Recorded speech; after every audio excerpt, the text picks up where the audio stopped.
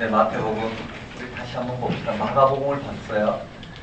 나는 암기력이 부족해서 잘 모르겠다.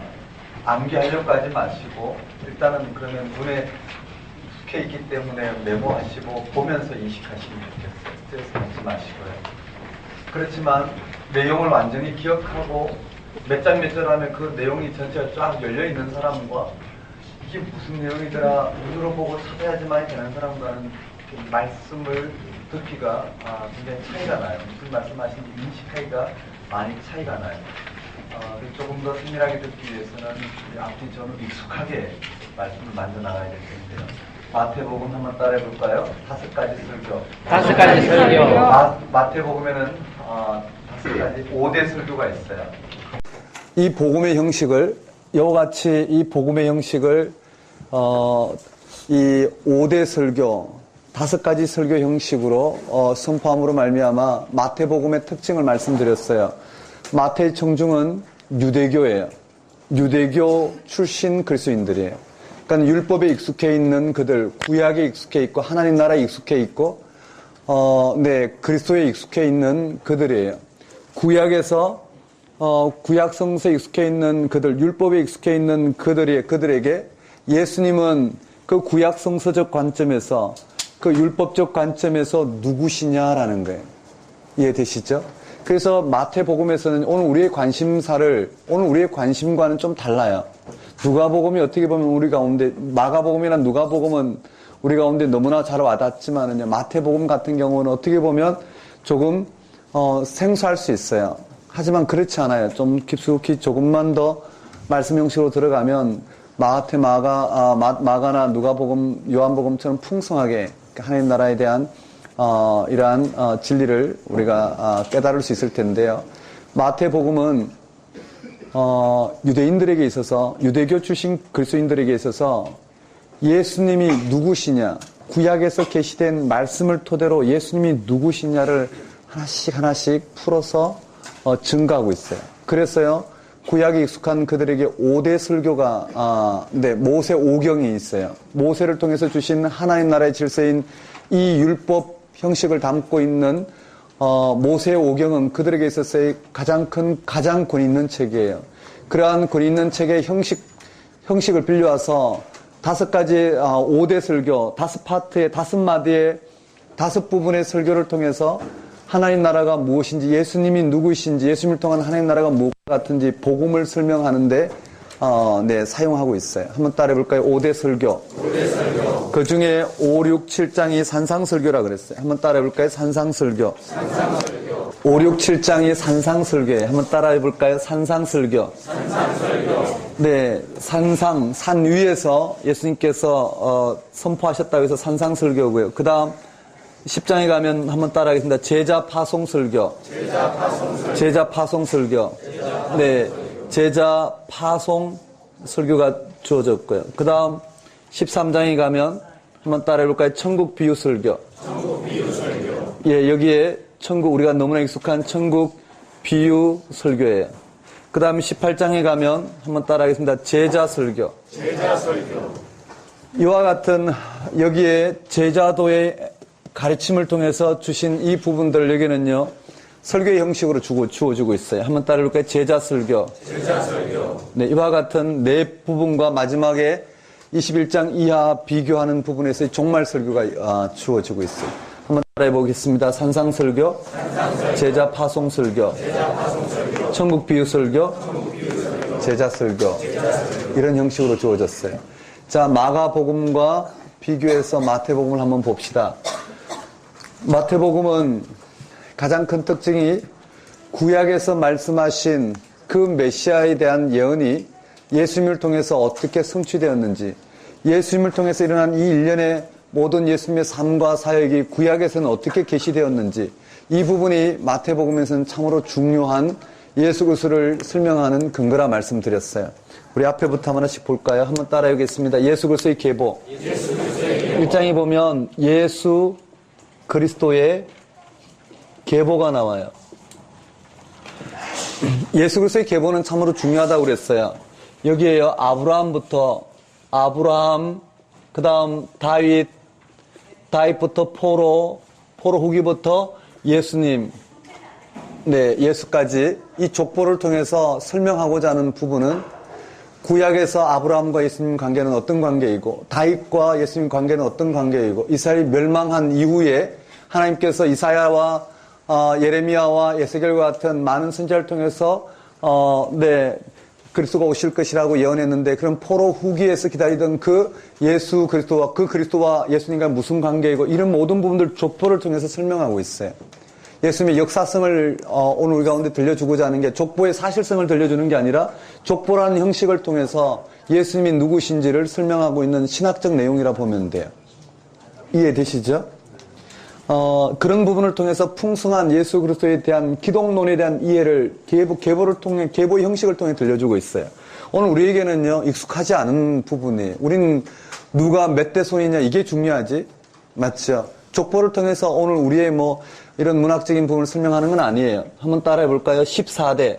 그래서 여기서까지 14대가 되어 있고요. 여기서 여기까지가 14대, 여기서 여기까지가 14대로 되어 있어요. 완전수를 통해서 예수님은 완전한 역사 가운데 하나님의 섭리 가운데 이 땅 가운데 임하신 바로 그리스도시라는 거고요. 그 그리스도는 아브라함을 통해서 약속되었고 다윗을 통해서 약속된 그리고 포로 후기에 끊임없는 메시아에 대한 예언을 통해서 이 땅 가운데 오신 분이 예수님이시고 예수님은 바로 믿음의 조상 아브라함의 후손으로 이 땅 가운데 오셨고 다윗 왕과 같은 왕적 메시아의 왕적 메시아의 예언을 통해서 이 땅에 오시고 다양한 예수님에 대한 표상들이 설명이 돼요. 여기 또 보면 다라마마룻이라고 그랬어요. 다라마바룻.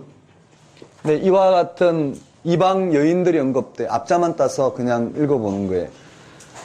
이방 여인들의 이와 같은 부분을 통해서 예수님은 유대의 이와 같은 족보로 왔지만 유대인으로만 온 것이 아니라 이방을 향해서 오셨다라는 거예요. 예수님은 유대인에 한정된 분이 아니라 이방을 향해서 오셨고 특히 여인의 이름이 기록된 것을 통해서 예수님의 이 땅 가운데 임한 하나님 나라의 통치가 무엇과 같은지 하나님 나라의 성격에 대해서 자세하게 설명하고 있다 보면 돼. 신학화시켰다고 보면 되겠죠. 자, 여기에 한번 따라해볼까요? 예수의 탄생. 예, 예수님의 탄생 기사에도 마찬가지예요. 우리는 동정녀 탄생이 기독교의 아주 중요한 표상처럼 기독교의 중요한 진리처럼 기독교의 어떤 믿음의 어떤 표적처럼 생각할 수 있지만은요, 정작 여기서 시도하고 있는 것은 그걸 넘어서고 있다는 거예요. 무슨 말이냐면요, 예수님의 탄생 기사 또한 예수님께서 이 땅 가운데 탄생하신 탄생 기사 또한 어떻게 구약에서 이와 같이 예언된 예언에 따라서 이 땅 가운데 오셨다라는 것을 즉 구약 예언의 성취자로서 예수님을 설명하는 부분에 동정녀 탄생에 대한 이사야 말씀을 인용하고 있다라는 거예요. 이해되셨나요? 한번 따라해볼까요? 동정녀 탄생. 여기에 구약 예언의 성취예요. 한번 따라해볼까요? 동정녀 탄생. 이런 내용들은 우리가 하나씩 읽어볼 거고요. 자, 그 다음에요. 예수님께서 어린 시절에 언급되어 있어요. 여기에요. 한번 따르고 동방박사 내용과 예수님께서 애굽으로 피신 갔다라는 과 여기 헤롯의 학살이 나오겠죠. 그러면요. 헤롯의 학살도 나오고요. 그 다음에 나사렛으로 가서 나사렛 사람이라 불려진 이러한 일련의 일들을 통해서 예수님이 누구시냐라는 걸 자세하게 설명하고 있어요. 예수님이 땅에 오신 자리는 유대인들만을 위해서 온 것이 아니라 이 동방박사는 메소포타미아와 아라비아 지역에 있는 사람들, 상인들을 통해서 이와 같이 경배를 받은 것을 통해서 예수님은 온 우주 가운데 임하신 구원주라는 걸 드러내고 있고요. 애굽이라는 것도 마찬가지고 나사렛 사람이라는 것도 마찬가지고 예수님이 이 땅 가운데 임하신 예수 그리스도는 이 온 우주의 구원주로서 임하였다라는 걸 분명히 드러내고 있고요. 거기다 좀 더 나아갔어요. 여기 한번 따라해볼까요? 세례 요한. 여기에 세례 요한의 선포 사역이 나오고요. 여기에 세례 요한의 선포 사역은 여기 언급되어 있죠. 이 마가복음의 시작이에요. 이 마가복음의 시작인 세례 요한의 선포 사역이 이 마태복음 3장에 나오는데 똑같은 내용이지만 내용의 차이가 있어요. 내용의 차이가 있는데 그 차이가 바로 마태복음의 특징이란 말이에요. 한번 따라해 볼까요? 세례 요한의 선포 사역. 세례 받으신 예수님. 네, 세례 받으신 예수님, 한번 따라해볼까요? 시험 받으신 예수님. 똑같아요. 마태 9조와 똑같죠? 그 다음에 예수님께서 갈릴리로 가셔요. 한번 따라해볼까요? 갈릴리에서 하나님 나라를 선포해요. 회개하라, 천국이 가까웠느니라. 한번 따라해볼까요? 회개하라. 천국이 가까웠느니라. 네, 회개하라, 천국이 가까웠느니라. 하나님 나라가 무엇과 같은지 마태복음, 마가복음과 똑같이 설명을 해요. 그리고 네 제자를 부르셔요. 한번 따라해볼까요? 네 제자. 네 제자를 부르셔요. 한번 따라해볼까요? 네 제자 부르심. 네, 버리고 따름이 언급되어 있고요. 이와 같이 예수님을 통해서 이 땅 가운데 임한 하나님 나라, 그 하나님 나라 이 땅 가운데 어떻게 세워지는지를 마가복음과 동등하게 네, 이와 같이 선포하시고, 마가복음에는 여기에요. 권세 있는 교훈, 죽기, 베드로의 장모 고치고 나병 고친 사건을 통해서 하나님 나라가 무엇과 같은지를 설명하고 있다면 마태복음은 달라요. 마태복음에서는 하나님 나라의 설명을 제자들의 무지, 종교 지도자의 무지를 통해서 하나님 나라가 무엇과 같은지를 드러내는 게 아니라 마태복음에서는 율법의 관점에서, 구약 성경의 관점에서, 그들의 종교적 전통의 관점에서 이 예수님을 통해서 임한 하나님 나라가 무엇과 같은지를 아주 자세하게 설명하고 있어요. 거기에요. 설명의 방식이 언급된 부분이 나와요. 한번 따라해볼까요? 가르치시며, 전파하시며, 고치시니. 여기에 가르치시며, 전파하시며, 고치시니. 이게 언급되어 있고요. 9장에 가면 9장 마지막 언급되어 있어요. 한번 따라해볼까요? 가르치시며, 전파하시며, 고치시니. 네. 이것이 마태복음의 기술의 특징이에요. 하나님 나라를 가르침이죠. 하나님 나라를 가르침과 고치심을 통해서 하나님 나라를 드러내고 있어요. 한번 따라해볼까요? 가르치시며, 전파하시며, 고치시니. 자, 하나님 나라를 가르쳐요. 가르친 내용이 산상설교를 통해서 여기 드러나고 있어요. 자, 하나님 나라가 한번 따르고 가르치심, 고치심. 하나님 나라의 특성을 여기 설명하고 있는 부분이요. 5, 6, 7장 가르침이에요. 그럼 8장, 9장은 어떻게 해요? 고치심이에요. 하나님 나라의 특징을 가르침과 고침을 통해서 우린 고쳤다고 하지만 이 고침은요, 이 땅 가운데 죽음의 권세 아래 매여 살아가고 있는 오늘 우리들이 이 죽음의 권세에서 벗어나서 회개하라, 천국이 가까웠느니라. 회개하고 어떻게 해요? 하나님 나라의 질서 가운데로 질서 가운데로 재편되는 이런 현상 가운데 맛보는 하나님 나라의 일련의 일들이라는 거예요. 자, 한번 볼까요? 한번 따라해줍니다. 팔복. 여기에 산상설교의 팔복이 나와요. 8가지의 복을 선포하면서 팔복의 가장 큰 특징은 뭘까요? 하나님 나라 백성된 너희들은 복되다 그랬어요. 맞죠? 오늘 우리가 어떠한 심령이 가난한 자든 의에 줄이고 목마른 자든 긍휼히 여김을 받을 자든 어떠한 존재이든 어떻게 해요? 예수 그리스도를 믿고 따르는 이 땅의 모든 그리스도인들은 다, 하나님 자녀들은 다 복되다는 선포를 하고 있는 거예요. 한번 따라하겠습니다. 팔복을 선언하고, 이 복된 존재들이 이 세상에서는 어떤 존재냐면은 소금과, 어제 자세히 했기 때문에요. 흐름만 볼게요. 소금과 빛과 등불과 같은 세상의 소금, 세상의 빛, 세상의 등불과 같은 존재라는 거예요. 그런데요, 우리가 만일에 설교자로서 세상의 소금과 같은 존재가 어떤 존재냐? 첫째, 정직해야 된다. 둘째, 교통신호를 지켜야 된다. 셋째, 밥을 적게 먹어야 된다. 근데 여러 가지로 우리가 설명한다 하더라도 그것 자체가 하나님 나라의 이 세상의 소금과 빛과 등불과 같은 이 말씀하고자 하는 의도를 드러내는 건 아니에요.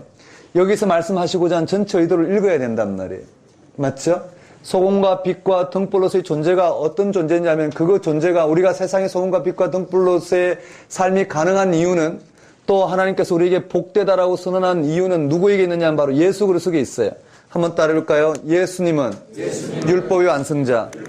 그래서 여기에요. 예수는 율법의 완성자라고 그랬어요. 율법의 구약의 관점에서 예수님 누구신지를 설명해요. 율법의 완성자라고 그랬어요. 예수님은 율법의 완성자예요. 어제 그 내용을 도표를 통해 벤다이어그램을 통해서 자세히 설명했어요. 한번 따라해볼까요? 예수는 율법의 완성자. 맞아요. 오직 믿음을 통해서 오늘 우리가 의롭게 되는 그 일이 예수 그리스도를 통해서 드러났고요. 예수님이 바로 율법의 완성자예요. 우리는 이 완성자 되신 예수님을 믿음으로 말미암아 우리는 이 땅에 소금과 빛과 등불 같은 존재로 살아가요. 그 말을 다른 말로 말하면요. 한번 따라해 볼까요? 너희 의가 서기관과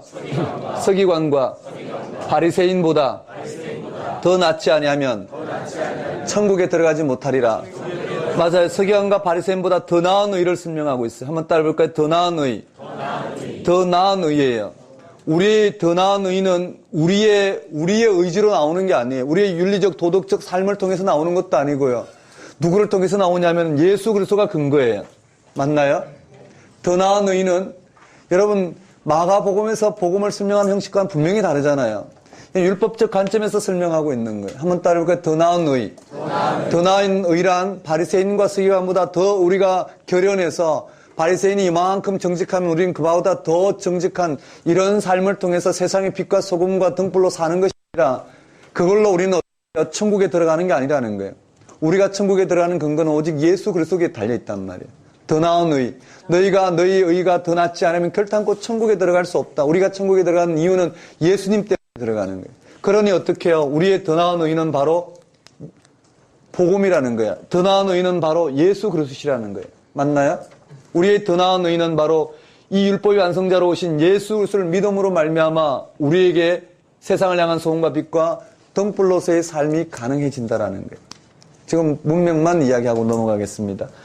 이 더 나은 의가 무엇인지가 설명하는 부분이 여기 6개의 반대 명제를 통해서 언급되어 있어요. 한번 따라볼까요? 육반제. 이 육반제가 언급되어 있는 내용이 나와요. 한번 따라해볼까요? 살간이 맹보원.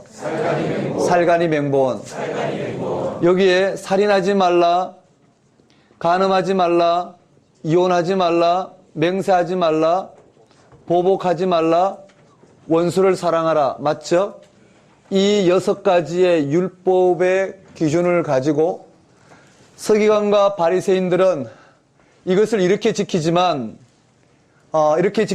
실제로 이 율법이 요구하는 것은 그 차원이 아니라는 거예요. 그보다 훨씬 더 인간이 지키기에 불가능한 차원이라는 거예요.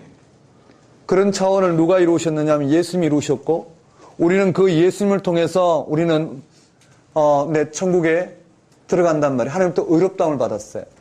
그것이 바로 서기관과 바리새인보다 더 나은 의였어요. 6개의 반제를 통해서 언급하고 있어요. 6장에 가면 서기관과 바리새인보다 더 나은 의에 대한 이 종교적 행위에 대해서 언급되어 있어요. 그게 뭐냐면은 한번 따라볼까요? 구제,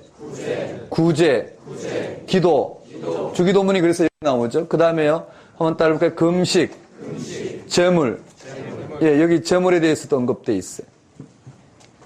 그 다음에 넘어가면은 7장에 가면 비판하지 말라가 나와요. 한번 따라볼까요? 비판하지 말라. 네, 잘 아시는 내용이죠. 서기관과 바리새인보다 더 나은 의가 무엇인지 다시 말씀드리면 이 5, 6, 7장은 오늘 우리가 예수 그리스도를 말미암아 우리 가운데 주어진 이 하나님의 전적인 은혜 가운데 있는 오늘 우리들이 이 세상에서의 삶이 무엇과 같은지 이 삶의 자리에서 우리의 삶이 어때야 되는지를 지금 조명하고 있어요. 한번 따라볼까요? 비판하지 말라. 네, 진주와 대지. 네, 진주와 대지를 설명으로 오늘 우리의 삶의 복음 앞에 있는 오늘 우리의 존재를 설명하고 있고요. 한번 따라볼까요? 비판하지 말라. 진주와 대지. 그 다음에 구하라. 오늘 우리가 어떤 존재인지 이 내용에 대해서는 우리가 좀 더 세부적으로 살펴볼 필요가 있어요.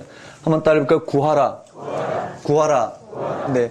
그러고 난 다음에 이와 같은 서기관과 바리새인보다 더 나은 의, 즉 세상의 소금과 빛과 등불로서의 존재, 즉 복되다는 이 존재로 살아가는 그 길에 대해서 언급되고 있어요. 오늘 우리가 바리새인과 서기관보다 더 나은 의에 이르는 길이 얼마나 어려운 길인지를 설명하고 있어요. 한번 따라해볼까요? 좁은 문. 첫 번째가요, 좁은 문, 넓은 문으로 언급되어 있고요. 두 번째가 좋은 열매, 나쁜 열매로 언급되어 있고요. 세 번째가 반석 위에 지은 집, 모래 위에 지은 집으로 언급되어 있어요. 맞죠? 그런데 이 좁은 문, 좋은 열매, 그 다음에 반석 위에 지은 집, 누가 저 길로 갈 수 있느냐 하면은 거기 이렇게 언급되어 있어요. 한번 따라해볼까요? 주여 주여 하는 자마다 천국에 갈 것이 아니요 아버지의 뜻대로 행하는 자라야. 맞아요. 그 길을 여기 언급되어 있어요. 아버지의 뜻대로 행해야 된대요. 이 내용을 한번 찬찬히 읽으면서 정리해보면 좋겠어요. 황금률이 뭔지 구하라 다음에 황금률이 나와요. 황금률 하니까 황금과 같이 아주 중요한 율법이라서 황금률이냐 이렇게 이야기할 수 있는데요. 그건 전통이 있어요. 그 황금률에 대한 전통이 있는데요. 황금률에 대한 이 인용을 통해서 그런 관용어구로 황금률이라는 명칭이 붙어져 있어요. 한번 따라해볼까요? 황금률. 네, 구하라. 네, 구하라는 내용에 붙어서 황금률이 나오죠. 황금률이 7장 12절이에요. 교재 있죠. 한번 읽어볼까요? 시작.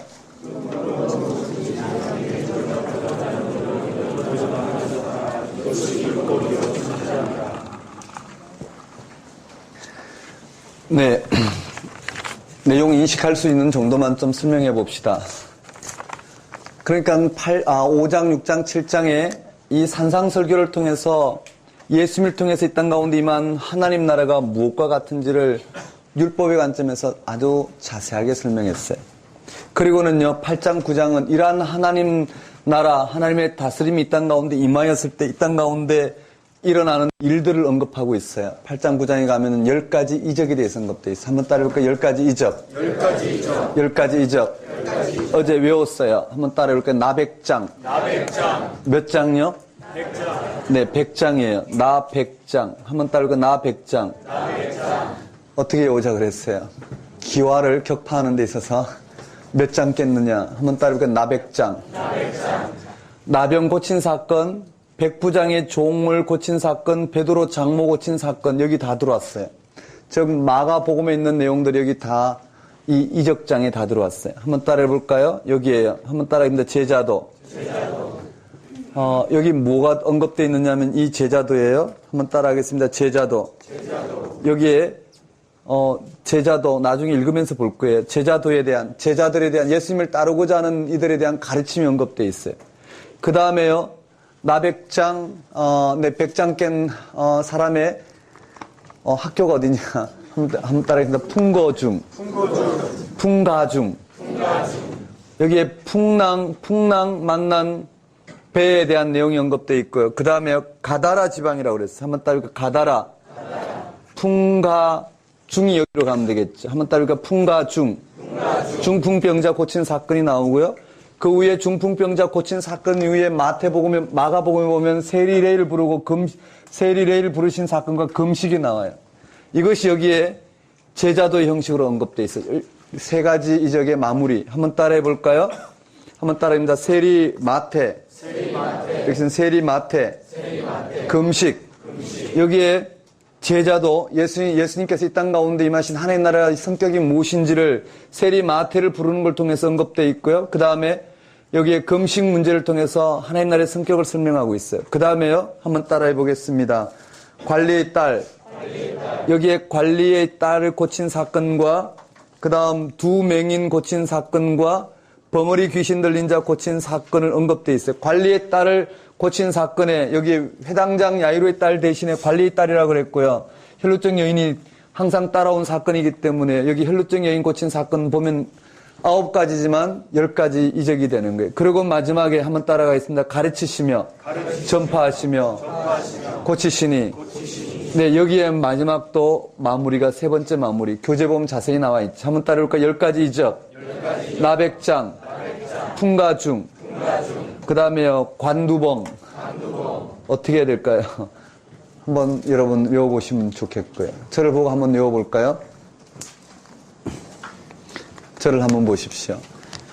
끊어서 한번 외워봅시다. 1장부터 2장, 1장, 2장. 왜냐하면 3장에는 마가복음 순서가 나오기 때문에 1장, 2장 한번 따라볼까요? 계보, 탄생.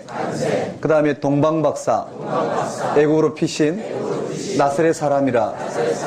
그 내용이 무엇과 같은지를 우리가 왜 이런 기사가 언급되어 있는지, 왜 이런 것을 통해서 예수 그리스도를 증거하고 있는지, 하나님 나라를 증거하고 있는지 우리가 좀 더 읽어봐야 되겠죠. 그 다음에 한번 따라하겠습니다. 산상설교 앞까지의 3장 4장이에요. 세례 요한의 선포 사역. 세례 받으신 예수님, 시험 받으신 예수님, 갈릴리에서 하나님 나라 선포, 제자 부르심. 그리고는 이제 하나님 나라를 선포해요. 가르치시며, 전파하시며, 고치시니. 그 산상설교가 나와요. 한번 따라해볼까요? 팔복, 소금과 빛과 등불, 율법의 완성자, 더 나은 의. 더 나은 의가 세 가지로 설명돼요.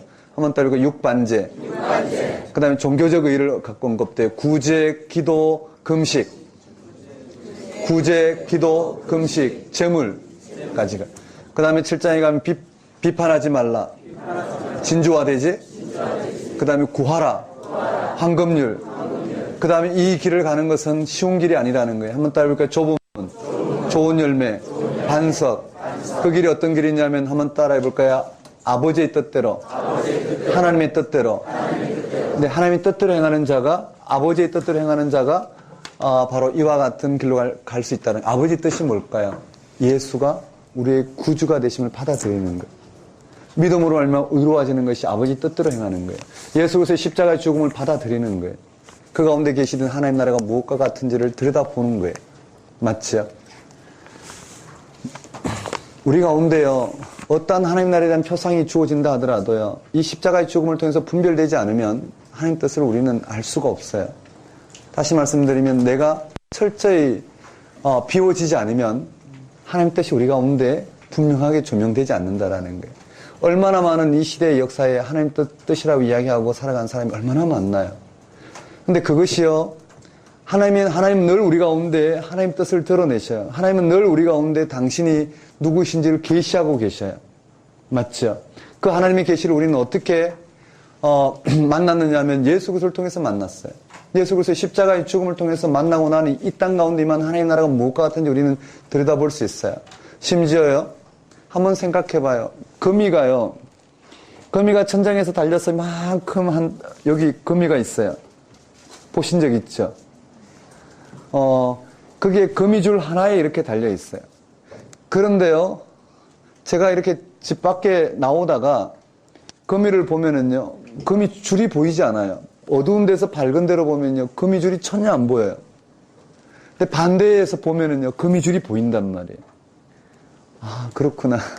일상에서의 발견인데요. 이게 그래요. 이게 거미줄 하나만 보더라도 거미줄 특징이 그렇다라는 거예요. 거미줄이 어두운 데서 밖으로 보면은 안 보여요. 근데 밖에서 밝은 데서 어두운 데로 보면은요, 거미줄이 보여요. 그래서 이 거미줄의 특징이 그렇게 이렇게 언급돼 있어요. 그래서 문헌을 찾아보니까 정말 그래요. 거미줄에 대한 부분. 제가 무슨 말씀 드리려고 하냐면요, 거미줄 하나에도 너무나 놀라운 이런 섭리가 있더라는 거예요. 아마도요, 이렇게 말하면 불경스러울까요? 모세가 호렙산 떨기나무에 붙은 불을 봤잖아요, 그렇죠?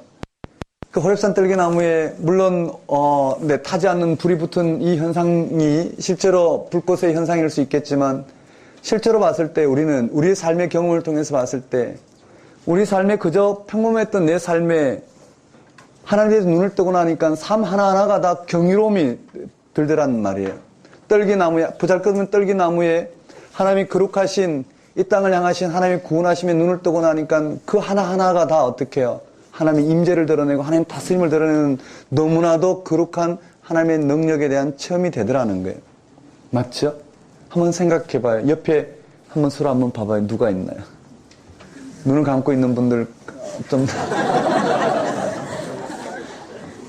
옆에 한번 봐봐요. 그저 그런 저 사람에게 와, 하나님이 들어서시는 그 놀라운 거룩한 하나님의 이러한 내 권능이 느껴질 때가 있단 말이에요. 우리는 이런 것을 하나님이 아니라도 경험하잖아요. 그저 그랬던 사람인데 어느 날 어떻게 내 마음을 뺏어갔어요. 그때부터 저 사람은 다른 사람보다 훨씬 실제로 보면 안 이쁜데 네, 이뻐요.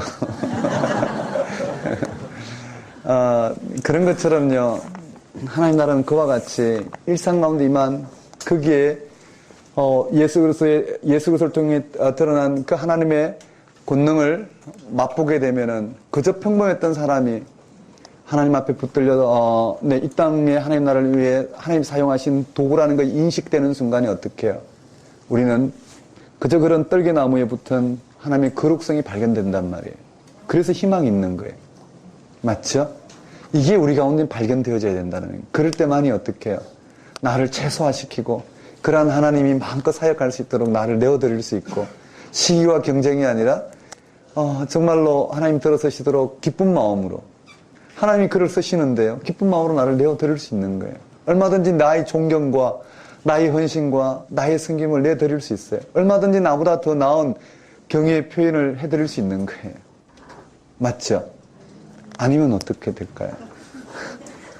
마음속에 저 사람이 잘하면 잘할수록 내 마음속에 힘이 드는 거예요.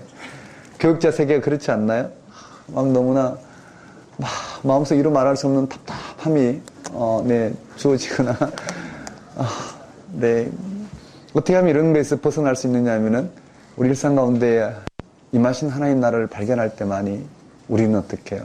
내 모든 걸 버려두고 그 일이 일어날 수 있도록 나를 내어드리는 이 경험을 하게 된다고 볼 수 있겠죠. 맞죠? 네. 그런데 뭘 하다가 제가 그렇게 갔나요? 네? 거미. 맞아요. 그게 너무 신기한 거예요. 그쵸? 그런 것처럼, 저분이 왜 저럴까? 가끔씩 저는 경험하는 부분이에요. 시커먼 남자, 내 형제가, 그저 그냥, 있다가 그냥 이렇게 거리감을 두고 있으면 참 괜찮은데요. 갑자기 목사님 사랑합니다 하고 막 이렇게 불룩 나온 배를 내밀고 막 갑자기 당황스럽고 막 그래요. 그런데 한순간에 하나님께서 마음을 주셔서 그를 통해서 하나님이 하시고자 하는 그를 통해서 십자가에 달려 죽으신 예수님 그리고 그를 통해서 하나님께서 부활생명을 허락하셨던 이 하나님의 이 땅을 향한 거룩성이 보이게 되니까요. 그게 싫지가 않더라는 거예요. 그리고는 너무나 하나님이 그러한 형제를 통해서 하나님께서 어떻게 당신의 나라를 이루어갈 것인가에 대한 이런 소망이 품게 되니까요. 그렇게 징그러운 게 아니고요. 제가 바뀌었어요. 들여다보게 되고요.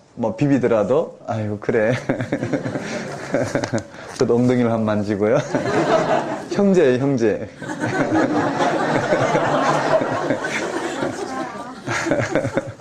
네.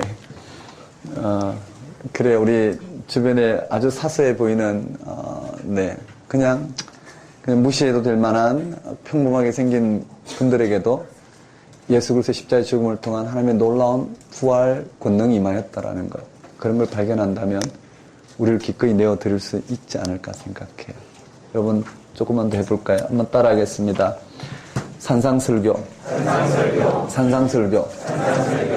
그 다음에 여기에는요 10가지 이적을 통해서 하나님 나라가 이와 같이 임하면 어떠한 내 생명 현상이 드러나는지 생명을 억압하고 있는 것들이 떠나가고 어떤 생명 현상이 드러나는지를 쭉 조명하고 있어요.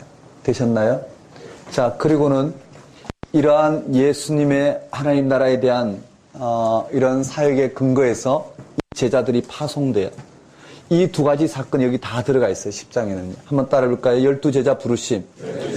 여기 12제자 부르심도 여기 들어가 있고요. 그 다음 12제자를 파송하고 파송에 대한 설교와 와서 보고 내용까지 다 들어가 있어요. 한번 따라해볼까요? 12제자 파송 설교. 되셨습니까? 여기 언급되어 있어요. 자, 여기까지는요, 하나님 나라에 대한 거부가 전혀 없어요. 처음부터 하나님 나라에 대한 좌절이 없죠. 맞죠? 하나님 나라에 대해서 하나님 나라가 무엇과 같고 그 하나님 나라의 땅 가운데 임했을 때는 이러한 생명현상이 일어나고 그러한 것에 근거해서 제자들이 땅 가운데 세움받았다라는 것. 이 내용은 마치 갈릴리에서 하나님 나라를 선포하고 제자를 부르시는 사건을 펼쳐 보인 것과 똑같다 볼 수 있어요. 이런 하나님 나라가 이 땅 가운데 드러났을 때 이 역사 안에서 이 현실 안에서의 하나님 나라, 예수님의 사역과 예수님의 사역에 근거한 이 제자들의 사역을 통해서 하나님 나라의 땅 가운데 드러났을 때 이 세상은 그 하나님 나라를 어떻게 받아들이냐라는 거예요. 하나님 나라를 받아들이는 현상은 여러분 한번 따라해볼까요? 천국 비유 설교. 천국 비유 설교에 자세하게 드러나 있어요. 천국 비유 설교를 통해서 이 땅 가운데만 하나님 나라가 무엇과 같은지, 우리 마가복음에서는 씨 뿌리는 자 비유를 통해서 하나님 나라의 성격을 이야기했어요. 왜 하나님 나라가 이 땅 가운데 드러났는데도 예수를 죽일까? 왜 내 하나님 나라에 대적자가 있을까? 왜 이와 같이 무지한 제자들, 무지한 종교 지도자들의 이러한 현상들이 드러날까? 그에 대한 현상들을 자세하게 설명하고 있어요. 하나님 나라는 그와 같다라는 거예요. 하나님 나라는 은폐와 노출을 통해서 땅 가운데 드러나기 때문에요. 예수 그리스도의 십자가의 죽음을 받아들이지 않으면 하나님 나라는 이와 같이 좌절된다라는 거예요. 한번 따라해 볼까요? 한번 따라하겠습니다. 천국 비유 설교. 천국 비유 설교. 그게 여기 언급되어 있어요. 언급되어 있고요. 이 내용이 천국 비유 설교의 대상이 되는 내 설교의 대상이 되는 내용이 여기 11장, 12장에 언급되어 있어요. 하나님 나라를 선포했더니 여기에 거절이 돼요. 한번 따라해 볼까요? 거절. 여기에 우리가 형식을 만들어 봤어요. 이렇게요. 여기에 거절 1, 거절 2, 그 다음에 이런 거절하는 이들을 향하여 하나님 나라를 초청하는 예수님의 초청의 말씀 이렇게 돼 있어요. 한번 따라해볼까요? 거절 1, 거절 2, 초청. 여기도 마찬가지. 이렇게 한 세트죠. 여기에 한번 따라해볼까요? 거절 1, 거절 2, 초청. 여기 초청이 들어가요. 그 다음에 12장의 두 번째 한번 따라해볼까요? 거절, 세 번째, 거절 1, 거절 2, 초청. 네, 이렇게 돼 있네요. 이런 형식으로 봤어요. 어떤 내용인지 11장, 12장 잡기가 쉽지 않은데 이 천국 비유 설교의 근거에서 보면 너무나 쉽게 잡혀요. 한번 따라해볼까요? 세례 요한의 질문과 예수님의 답변. 여기 세례 요한의 질문과 예수님의 답변이 언급되어 있어요. 무슨 말인가요? 오실 그이가 당신입니까? 여기에 세례 요한의 선포 사역이 있어요. 여기에 세례 요한이 선포 사역에서 세례 요한은 주의 날이라고 선포했어요. 한번 따라해볼까요? 주의 날. 구약에서 기다리던 주의 날이에요. 즉 하나님 나라, 주의 날은 뭘까요? 예수 그리스도를 통해서 이 땅 가운데 임한 하나님 나라를 이야기하는데 구약에서 주의 날은요, 하나님 나라가 임하면 악인은 심판을 받고 의인은 하나님으로부터 어떻게 해요? 구원을 받는 이것이 선포되었어요. 그런데 실제로 예수님을 통해서 임한 하나님 나라는 은폐되어 있기 때문에요. 겉으로는 어떻게 해요? 악인이 심판을 받고 의인이 구원을 받는 이 일이 드러나는 게 아니란 말이에요. 도대체 우리가 기다리던 그 그리스도로 말미암아 우리가 기다리던 그 구원이 일어나야 되는데 오늘 구약에서 기다리던 그 구원의 표상이 아닌 궁극적인 이 역사에 궁극적으로 이 역사에 심판이었어요. 궁극적으로 이 역사에 악인은 심판을 받고 의인은 구원을 받는 이 일을 하나님 나라 예수님을 통해 드러났기 때문에요. 보이지 않는 거예요. 이 하나님 나라에 대해서 예수를 통해 드러난 하나님 나라에 대해서 구약의 마지막 선지자인 세례 요한의 질문을 통해서 드러나요. 오실 그이가 당신이냐라는 거예요. 한번 따라해볼까? 오실 그이가 당신입니까? 세례 요한이 감옥에서 제자들을 보내며 오실 그이가 당신이냐라고 질문했어요. 그러자 예수님께서는 뭐라고요? 구약의 이사야 62장에 언급된 그 일들을 가난한 자에게 복음이 선포되고 억눌린 자에게 자유가, 포로된 자에게 해방이 주어지는 이와 같은 일련의 일들이 예수님을 통해서 이 세상에 드러나고 있는 이와 같은 일들을 보는 대로 가서 전하라는 거예요. 예수님이 뭐라고요? 의 하나님 나라를 열어내신 분이라는 것을 예수님의 사역을 그대로 보고 전하라는 말로 들려주고 있어요. 한번 따라해볼까요? 세례 요한의 질문과 예수님의 답변. 두 번째는요, 예수님이 아무리 복음을 전해도 받아들이지 않고 거절하는 도시들이 있었어요. 한번 따라해봅시다. 화선포. 화를 선포하는 이들이에요. 아니 화선포의 대상이 되는 도시들이 나와요. 고라신, 벳세다, 가버나움에서의 이 예수님을 배척하는 이 내용들을 여기 묶어놨어요. 그리고 예수님 이를 향해 초청하죠. 한번 따라해볼까요? 수고하고 무거운 짐진 자들. 수고하고 무거운 짐진 자들아 다 내게로 오라. 내 명예는 가볍고 쉽다 그래서 내 멍에를 지기는 가볍고 쉽다 그래서 그 말은 이 산상설교에서 잘 드러나 있어요. 서기관과 바리새인들이 이 땅 가운데 이루고자 하는 그 의와 예수님을 통해서 오늘 우리가 누리는 그 의와는 근본적으로 차이가 있어요. 그 다음에요. 한번 따라해볼까요? 거절 1, 두 번째는 이 수고하고 무거운 짐진 자들을 초청하고 있는 이 예수님과 여전히 그들에게 어떻게 해요? 예수님을 거절하고 있는 그들이 메고 있는 멍에와 차이점을 여기다 설명하고 있어. 한번 따라해볼까요? 밀이삭. 여기 밀이삭 잘라 먹고 손 마른 자를 고친 사건을 통해서 안식일의 논쟁을 통해서 예수님을 통해서 이 땅 가운데 임한 참된 안식은 무엇이고 그들이 메고 있는 멍에를 통해서 누리는 안식은 무엇이고 이것을 통해서 설명해 가고 있어요. 그리고 예수님은 초청해요. 예수님이 누구신지를 종의 노래를 통했어요. 한번 해볼까요? 상한 갈 때도 꺾지 아니하시고 이 상한 갈대에 비유된 상한 갈대를 꺾지 않으신 이 예수님에 대해 종의 노래 종에 비유된 예수님에 대한 구약의 이사야 42장의 말씀이 언급되어 있어요. 그 다음에 세 번째 거절은 뭐냐면은요. 예수님께서 이와 같이 당신께서 하나님 나라 일을 드러냈는데 여기 바알세불 나와요. 한번 따라볼까? 바알세불 사건이 언급 나오고요. 그 다음에 여기에는요. 두 번째는 뭐죠? 맞아요. 표적을 요구했던 거예요. 예수님이 표적이신데도 불구하고 그들은 내 표적을 요구했어요. 그 다음 세 번째 초청은요. 한번 따라볼까요? 참된 친척. 이 11장, 12장이 외우기가 가장 힘든데요. 이런 구조로 보면 쉽게 외워지리라 생각해요. 그 메시지는 너무나 분명한데요. 우리가 풍성하게 나누지 못해서 아쉬움이 있지만은요. 그것보다 먼저 이 뼈대를 갖추는 게 더 중요하기 때문에 한번 따라합니다. 천국 비유 설교. 이렇게 쭉 언급되어 있고요. 자, 그 다음에요. 이와 같이 하나님 나라가 이와 같이 이 땅 가운데는 이런 방식 하나님 나라가 이 땅 가운데 임했을 때 이 땅에서의 반응들이 언급되어 있어요. 그리고 14장부터는 마가복음의 이 순서를 그대로 따라가요.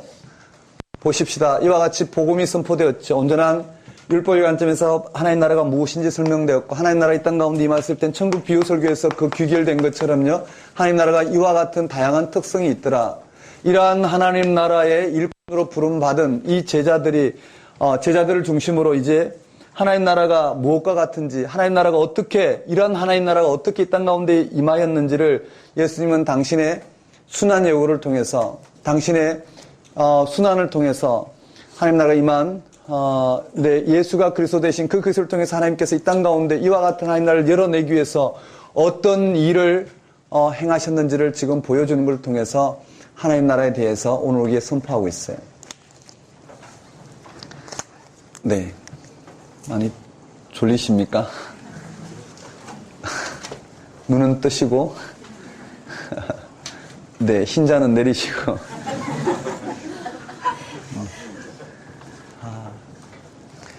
네. 덥지는 않죠? 네. 네.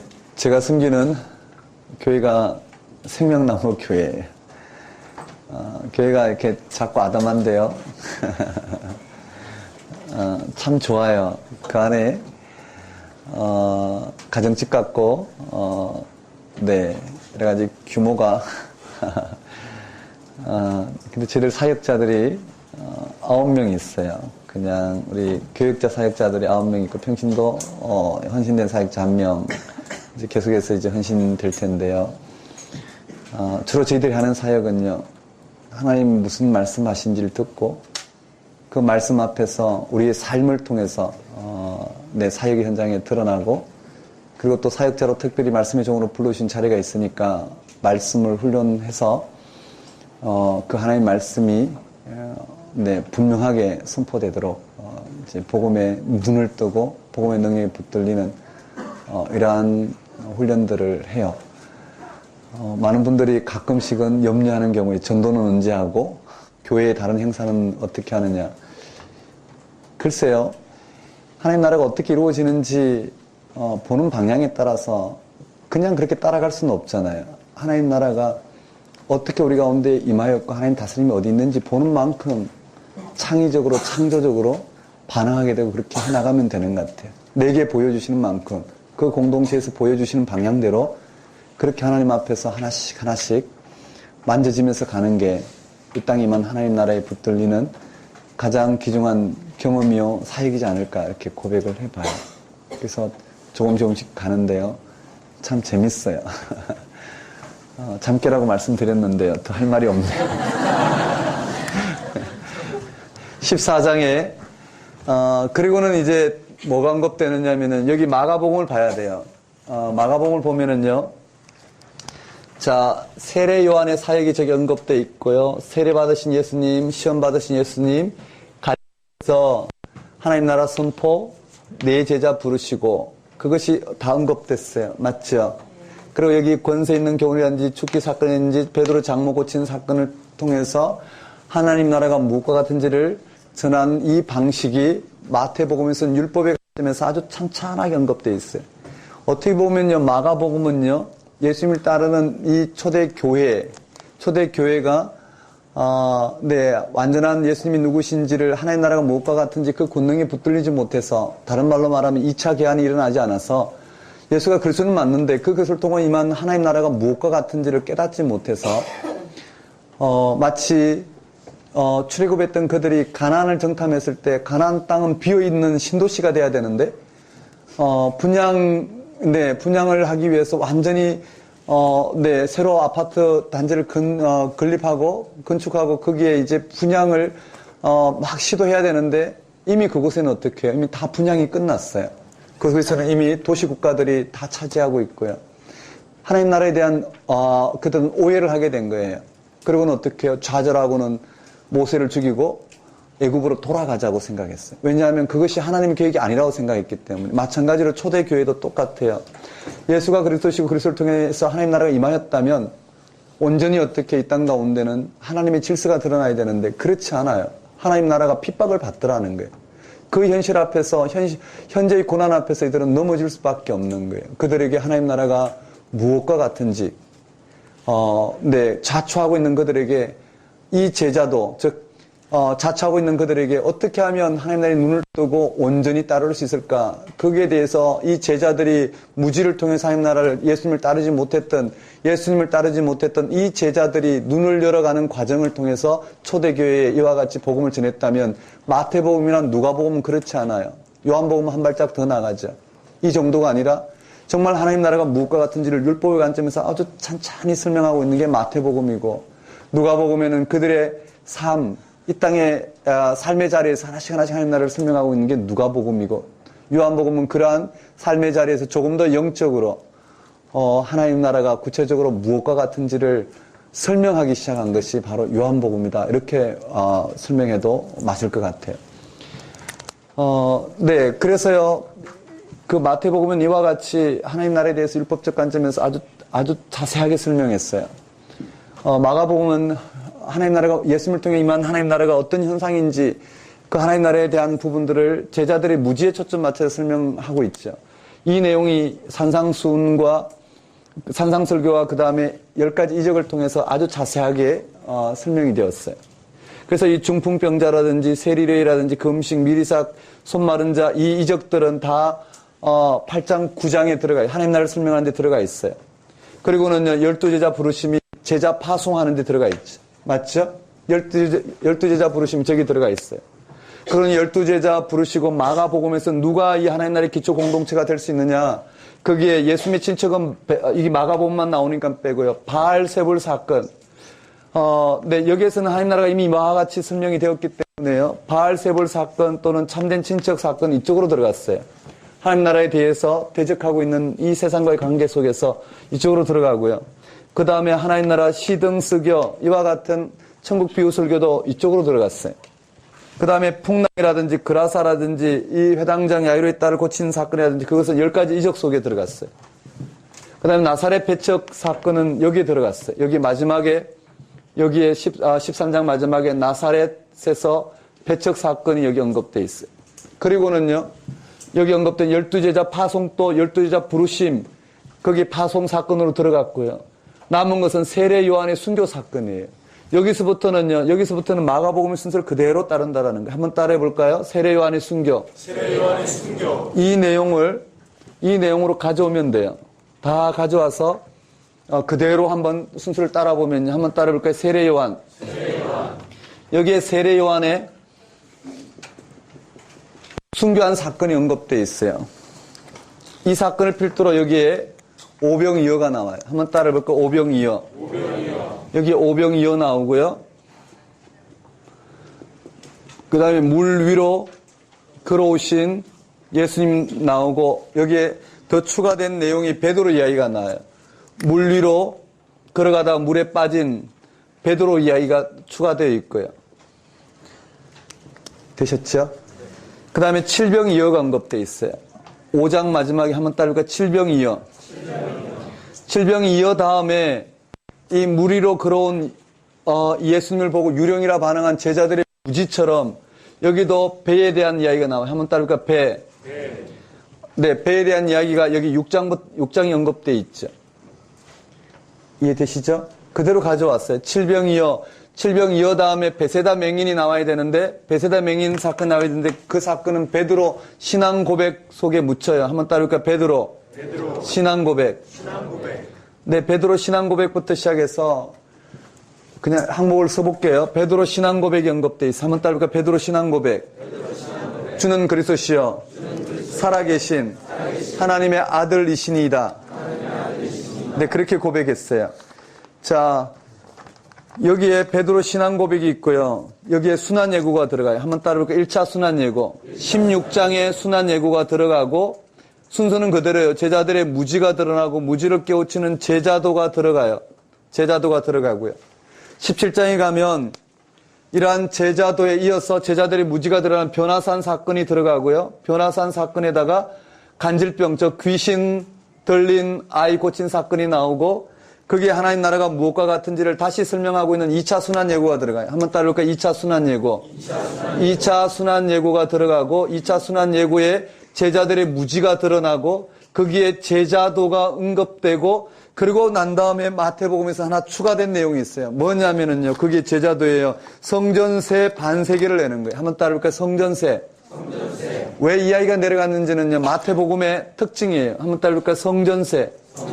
성전세를 내기 위해서, 물고기 위해서 반세계를 낸 이와 같은 부분이에요. 자, 이런 것이 오늘 우리에게는 뭘 의미하는지를 우리가 읽어낼 수 있어야 되는데, 이것이 8장까지의 내용, 18장까지의 내용이. 한번 따라볼까요? 제자도. 마태복음에만 특별히 언급된 내용을 위주로 다루고 있는 이 내용이 포함되어 있고, 나머지는요, 그대로요. 나머지는 마가복음의 순서를 그대로 따라요. 이 제자도 다음에 한번 따를까요? 제자도 다음에 저것이 삽입되어 있고, 그게 이혼 문제가 나와요. 한번 따라볼까요? 이혼. 19장에 이혼 문제가 나오고 있고요. 그 다음에 어린아이 교훈, 그 다음에 부자, 청년, 그 다음에 제자들의 보상 문제가 언급되어 있고, 그게 세 번째 순환 예고가 나와요. 한번 따라볼까요? 순환 예고. 세 번째 순환 예고가 나오고, 제자들의, 맞죠? 넘어가야 되겠군요. 네. 이와 같이 제자리의 보상 문제까지 언급되고요. 그 다음에 20장에 가면은 한번 따르니까 세 번째 순환 예고. 20장에 가면 세 번째 순환 예고가 언급돼요. 그런데 세 번째 순환 예고 앞에 마가복음에서 없는 내용, 이 제자들의 보상 문제에 이어서 하나님 나라가 무엇과 같은지를 마태복음에서는 좀 추가해 놨어요. 포도원, 한번 따라볼까요? 포도원. 품꾼. 포도원, 품꾼, 쌍 문제를 통해서, 네, 여기에 늦게 온 일꾼들부터 한 달란트씩 주는 이 내용을 통해 하나님 나라가 무엇과 같은지 설명하고요. 그러한 하나님 나라는 이 십자가의 죽음과 부활 생명을 통해서 임하였다라는 거예요. 그리고는 여기에 마지막으로 어떻게 하면 이런 무지에서 눈을 뜰 수 있는가 한번 따를까? 여리고 두 맹인이 눈을 뜨는 사건을 통해서 언급하고 있어요. 이게 마태복음의 특징이라 보면 돼요. 되셨나요? 한번 우리 외워볼까요? 어제 여기까지 강의했어요. 맞죠? 오늘 2시간 반 걸렸네요. 우리가 마태복음 전에 마가복음을 한번 보면은요, 마태복음이 마가복음의 순서를 어떻게 따르고 있는지를 봐야 돼요. 먼저 마태복음 한번 따라해볼까요? 이전 역사. 공생의 이전 역사예요. 이전 역사 기억나시죠? 뭐다 알아요. 그 다음에 마태복음 특징인 산상설교와 10가지 이적과 제자들을 파송하는 이 장면, 이것이 하나님 나라예요. 맞죠? 예수님을 통해서 이 땅 가운데만 하나님 나라의 성격이에요. 이 하나님 나라에 앞서 이 앞에 뭔가요? 이와 같이 예수님께서 복음을 선포하기까지 예수님이 누구시냐라는 것을 이 형식으로 마가복음 형식을 가지고 그대로 들려주고 있어요. 한번 따라해 볼까요? 세례 요한, 세례 받으신 예수님, 시험 받으신 예수님, 갈릴리, 네 제자 부르심, 그리고는 가르치시며 전파하시며 고치시니 이와 같은 하나님 나라의 사역에 대한 특징을 언급했어요. 그리고는 여기에 산상설교와 10가지 이적과 기사, 그 다음 제자들의 파송이에요. 그리고 그러한 하나님 나라가 이 세상에서 좌절되는 하나님 나라를 향해서 끊임없이 초청하는 장면이에요. 그것이 하나님 나라의 특징이라는 것을 비유설교를 통해서 전해주고 있어요. 맞죠? 그러고 난 다음에 나머지는 마가복음의 순서를 그대로 따랐다고 보면 돼요. 자, 이것을 여기다가 한 번씩 마가복음 순서를 가지고 마태를 한번 생각해 봅시다. 한번 따라해 볼까요? 세례 요한. 그러면 마태복음은 어떨까요? 세례 요한 앞에 1, 2장에 뭐가 나와 있나요? 계보와 탄생, 동방박사, 애굽피신, 나사렛 사람이라 칭하. 그리고 세례 요한, 세례 받으신 예수님, 시험 받으신 예수님, 갈릴리에서 그 다음에 네 제자 부르시고, 맞죠? 그러고 난 다음에 권세 있는 교훈, 죽기, 베드로 장모 고친 이런 사건들은 마태복음에서는 이적과 기사는 8, 9장으로 다 몰려갔고, 여기에서는 뭐라고요? 가르치시며 고치시며 전파하시며 고치시니, 맞죠? 그리고는 마태복음에서는 어떻게 해요?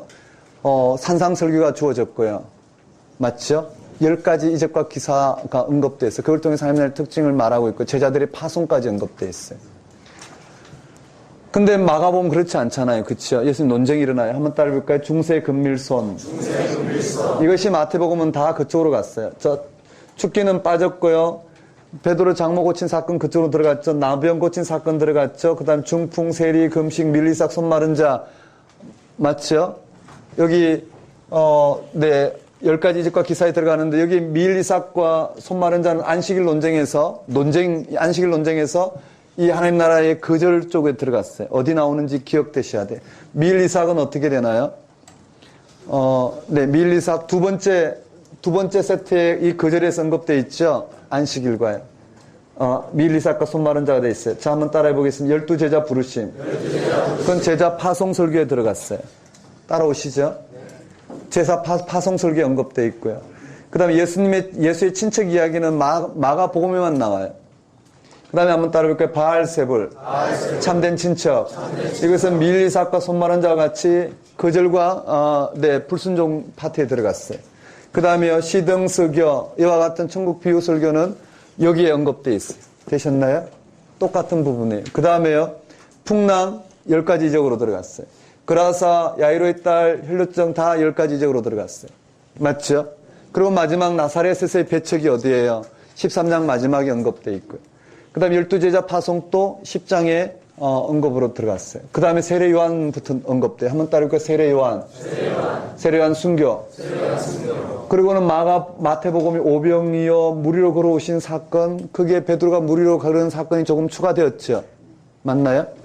그리고 난 다음 7병이어 언급되고 베에서의 사건이 언급되어 있어요. 그게 장로들의 전통과 가나안 여인의, 여기에 15장은 하지 않았지만은요, 가나안 여인의 믿음 똑같은 형식으로 들어갔어요. 베세다 명의는 빠지고 베드로 신앙 고백 들어갔고요. 맞나요? 1차 순환 예고, 2차 순환 예고, 3차 순환 예고 그대로 다 따르는데 문제는요. 2차 순환 예고 다음, 이 제자도 다음에 성전세 내는 이 문제와 그 다음에 18장의 제자 설교가 마가복음에 없는 내용, 있는 내용 형식을 통해서 마태복음의 설교 형식으로 이와 같이 기록되었더라 정도 보면 되셨나요? 그리고 푸동 싹 이야기가 들어갔더라. 근데 이렇게 설명했지만 여러분 읽으시면서 이게 무슨 내용인지를 조금만 인식하게 되면 내용이 잊혀지지 않아요. 그렇게 오래 볼 수 있는 시간이 있지 않을까 생각해요. 이렇게 정리가 되셨습니까? 네. 누가복음을 설명하고는 이 한 전체 판에서 우리 반복하면서 익히면서 각각의 특징을 점점 확대해서 살펴보려고 되셨나요? 네. 그러면 10분 쉴 텐데요. 우리 이 복음서 필요하신 분들은 밖에서 투입해 주시고 복잡하면 저녁 식사 하실 때 그때 주시면 좋겠어요. 저녁 식사는 5시부터 6시 30분까지 1시간 반 진행하겠습니다.